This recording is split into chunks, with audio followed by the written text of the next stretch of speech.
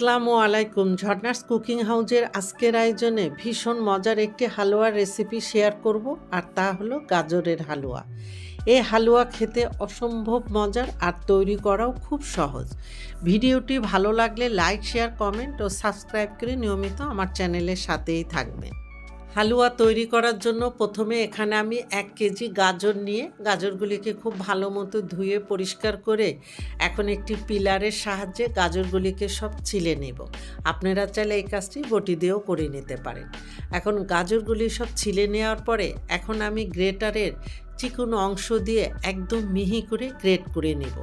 গাজরগুলি ঠিক এই রকম মিহি করে গ্রেট করে নিতে হবে। আমি গ্রেটারের এই চিকন অংশটা দিয়ে গ্রেট করে নিয়েছি, সোজা না, উল্টা দিক থেকে। চাইলে আপনারা এই মোটা অংশটা দিয়েও গ্রেট করে নিতে পারেন। এখন গাজরগুলি আমি সাইডে রেখে দেব।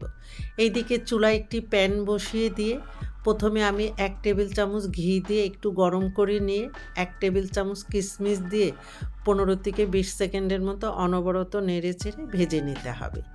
কিশমিশগুলি ভাজা হয়ে গেলে এখন দিয়ে দেব 1 টেবিল চামচ কাঠবাদাম কুচি, 1 টেবিল চামচ পেস্তা বাদাম কুচি দিয়ে আরও 20 থেকে 30 সেকেন্ডের মতো অনবরত নেড়ে চেড়ে বাদামগুলি ভেজে নিতে হবে। তবে খেয়াল রাখতে হবে বাদামগুলি পুড়ে ফেলা যাবে না।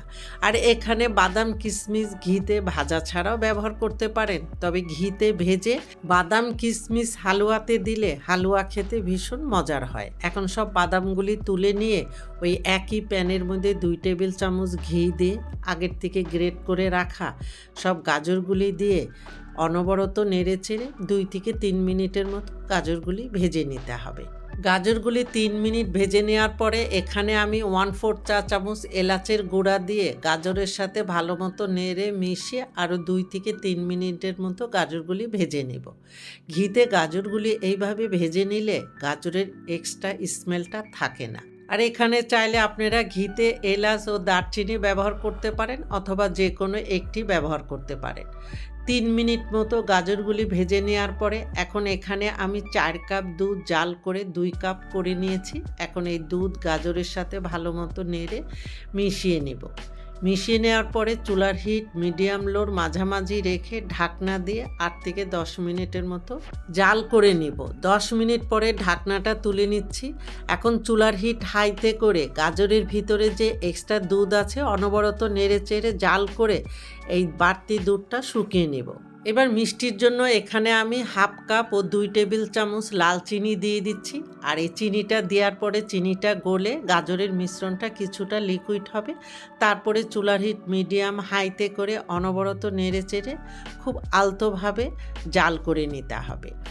আর এখানে লাল চিনির পরিবর্তে আপনারা যদি সাদা চিনিটা ব্যবহার করেন সেই ক্ষেত্রে 3/4 কাপ চিনি ব্যবহার করবেন। আর মিষ্টিটা আপনাদের পছন্দ মতো এখানে কমিয়ে বাড়িয়ে নিতে পারেন।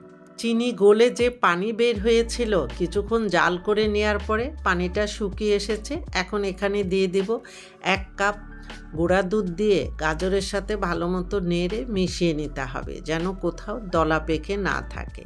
হালুয়া অলমোস্ট হয়ে গিয়েছে। এখন এখানে দিয়ে দিব এলাচের গুঁড়া সামান্য পরিমাণে, আগের থেকে ভেজে রাখা বাদাম এবং সব শেষে 1 টেবিল চামচ ঘি দিয়ে সব কিছু একটু ভালো মতো নেড়ে মিশিয়ে নিলে হালুয়াটা রেডি।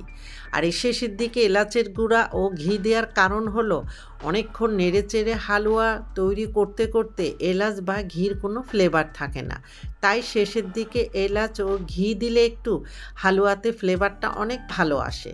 আমি চুলাটা বন্ধ করে দিয়েছি। এখন এই হালুয়া আমি একটি সার্ভিং ডিশে ঢেলে নেব।